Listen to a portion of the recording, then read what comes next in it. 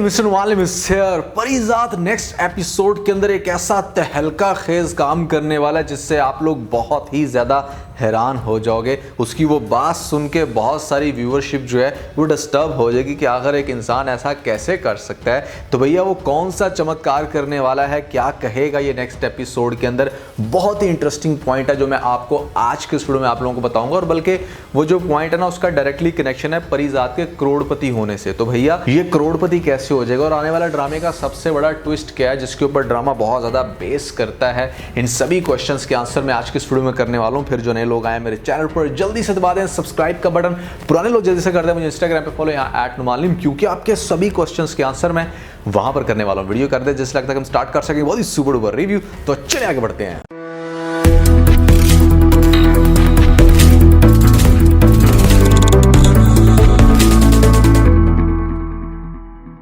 तो परिजात next episode में क्या कहने वाला है, ये काम नेक्स्ट एपिसोड में भी हो सकता है और हो सकता है कि अभी आपको 2 से 3 मजीद एपिसोड्स लटकाया जाए इस पॉइंट को दिखाने के लिए, जो पॉइंट मैं आपको अभी बताने लगा। पहले हम समझ लेते हैं कि अभी हुआ क्या। परिजात अपने मालिक को बचाने के लिए बेसिकली आया उसकी बड़े से बंगले में। अब जैसे ही वो बहरोज के बंगले में आता तो देखता है वहां पर पुलिस पहले से ही मौजूद होती है जो कि अरेस्ट करने के लिए आई है बहरोज को। यहाँ पर ये कंडीशन देख के वो काफ़ी कंफ्यूज सा हो जाता है कि व्हाट्स गोइंग ऑन।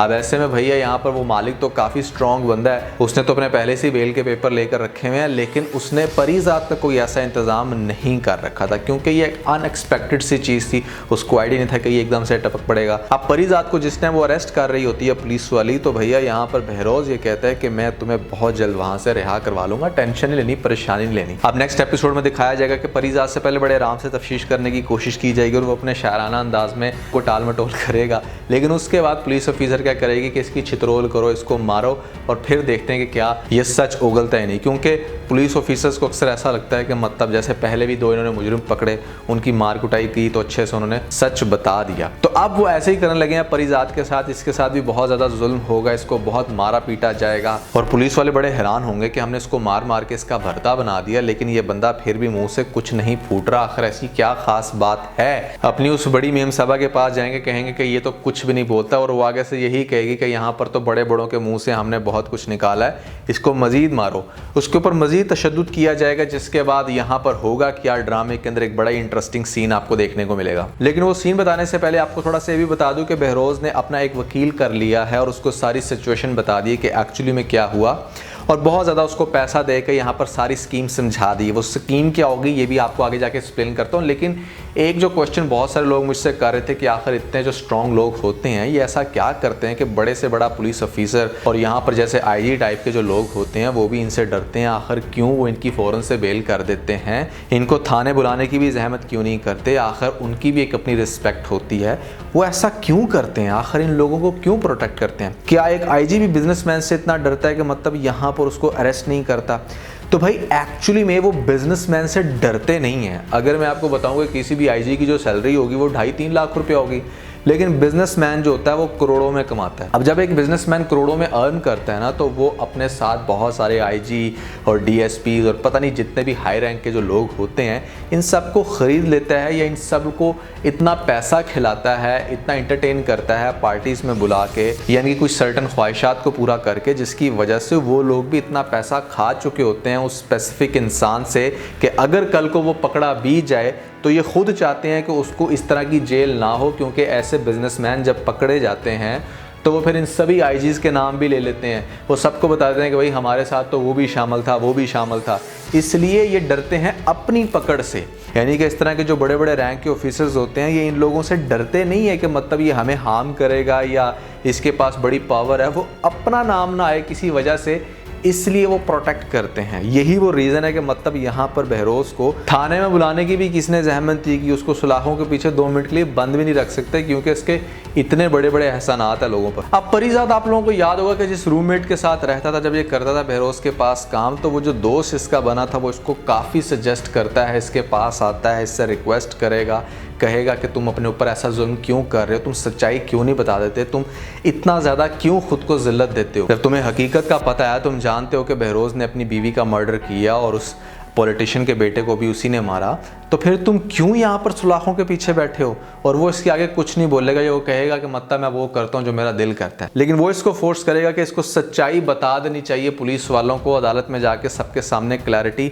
दे देनी चाहिए और अपनी जान इसको कम से कम छुड़वानी चाहिए यहाँ से। ज़िंदगी में करने को और भी बहुत कुछ है, लेकिन ये बंदा मुंह नहीं खोलेगा। लेकिन जब इसको मज़ीद मारा जाएगा, परीज़ात पे मज़ीद जुल्म किया जाएगा, तो परीज़ात अपने आप को न ढाल करके एक बहुत ही बड़ा डिसीजन लेगा। और वो डिसीजन ये है कि ये बंदा पुलिस ऑफिसर को कहेगा कि मैंने मिस बदर से बात करनी है, उनके सामने कुछ कन्फेस करना चाहता हूँ। सब बड़े हैरान होंगे कि क्या कन्फेस करना चाहता है। इसको बुलाया जाएगा मिस बदर के सामने, जो पुलिस ऑफिसर्स हैं सबसे सीनियर यहाँ पर।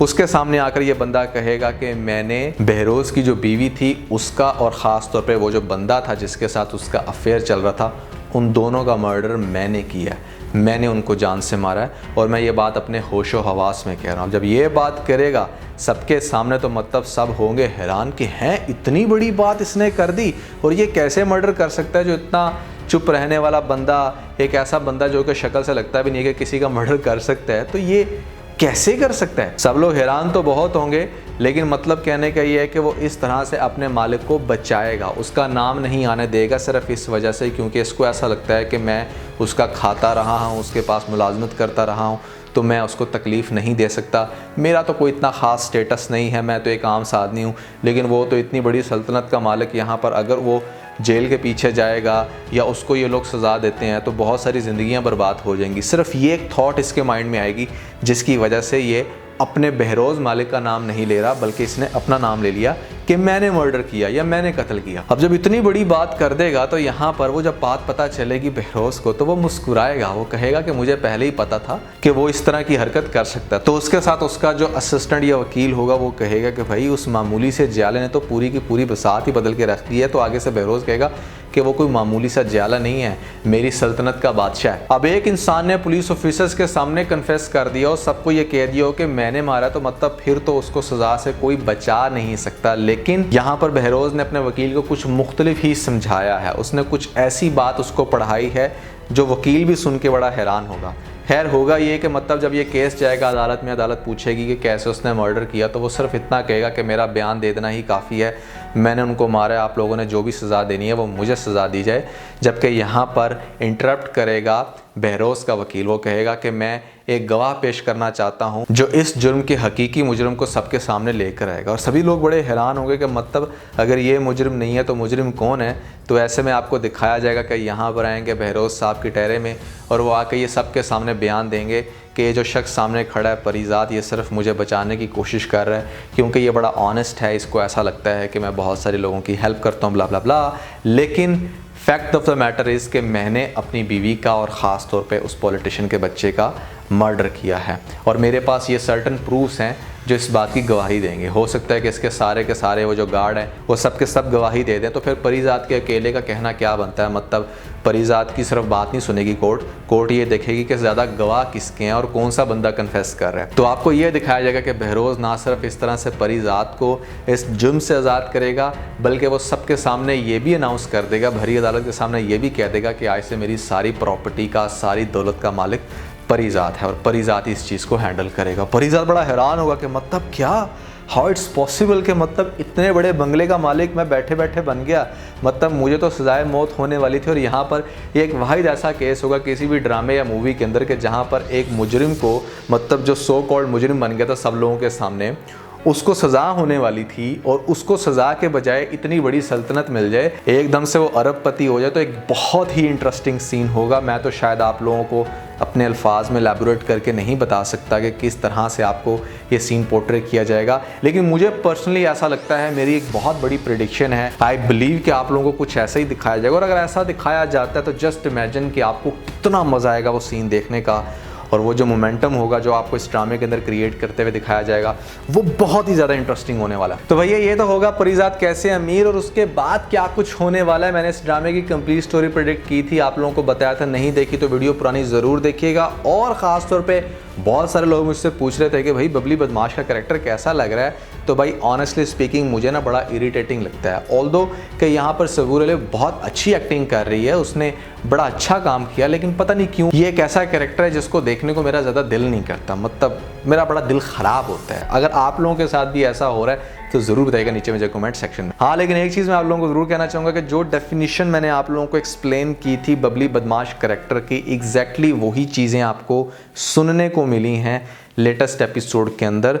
लेकिन अब इसको समझने के लिए आपके पास थोड़ा सा दिमाग होना चाहिए। अगर दिमाग नहीं है तो फिर ऊपर आप लोगों को लिंक मिल जाएगा, जल्दी से लिंक पे क्लिक करके वीडियो देख के पूरी तरह से इस कैरेक्टर की अंडरस्टैंडिंग ले लीजिए। और यमुना जैदी का कैरेक्टर कब आ सकता है? हो सकता है कि यहाँ पर यमुना जैदी का कैरेक्टर जब परिज़ाद अमीर हो जाए उसके बाद उसको ऐसा कैरेक्टर मिले कि मतलब जो उससे प्यार तो बहुत करती है लेकिन वो आंखों से अंधी है, मतलब वो देख नहीं सकती। तो एक ब्लाइंड कैरेक्टर दिखाया जाएगा जो कि परिज़ाद को बहुत ही ज़्यादा प्यार करना शुरू हो जाएगी, और फिर आगे से आपको दिखाया जाएगा कि परिज़ाद उसकी आंखों का ऑपरेशन करवाएगा, उसको बिल्कुल परफेक्ट करवा देगा, क्योंकि परिज़ाद के पास तो अब आ गया ढेर सारा पैसा आने से पहले तो ये चमत्कार करता था, पैसा आने के बाद ये क्या कुछ करने वाला है ये उससे ज़्यादा इंटरेस्टिंग है।